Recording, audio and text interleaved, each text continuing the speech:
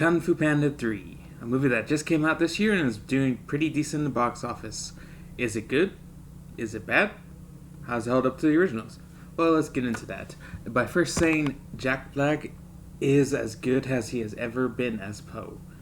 He still brings life to that character. He still lives the character. Dustin Hoffman and the rest of the returning cast are also great again, as is the new cast, which do a really good job in their roles, and they perform well with the new cast, the old cast, and add a new layer of talent. J.K. Simmons does a really good job as the villain and gives a good performance that is a good balance between seriousness, like being a serious threat, and being a bit of a comedic relief villain, but it's a good balance. It never goes too much either way, and either one of those elements doesn't overstay their welcome. The animation is better than the first two movies, but that's because there's a 5-year gap between 3 and 2, so that'll happen. The mix between 2D and 3D is good, but not as good as it has been just because they don't really mix it up as much.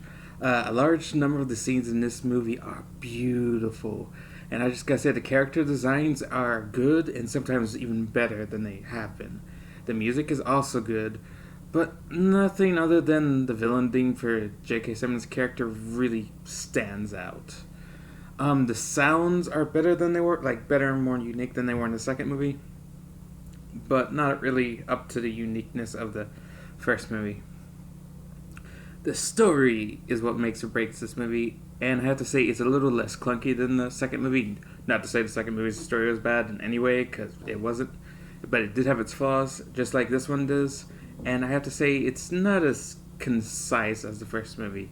You don't really see quite where this one's going as much as the first movie. It's not as predictable, but it could have used a little bit more, I don't know, say conciseness, more sharp writing, less leaving out important things.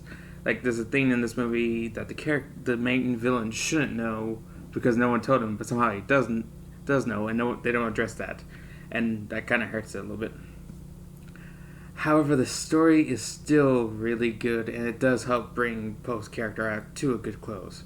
His entire story has now come full circle, and the story also gives another character some really good backstory, even if it's a tad bare and could have been fleshed out again more. More concise storytelling and just more addressing some issues here and there. But again, the backstory is still good, and Poe's story is still really good in this movie. The character relations are some of my favorite parts of Kung Fu Panda, and I have to say they're still really good in this one. New characters interacting with old characters, and the relationships between the old characters really developing rather nicely. I really, really, really like how much of a fanboy that Poe still is, despite being a master himself. The Furious Five are still good characters, as is Shifu. Poe's two fathers have good character development, even if they're kind of jerks at some points. The villain is good.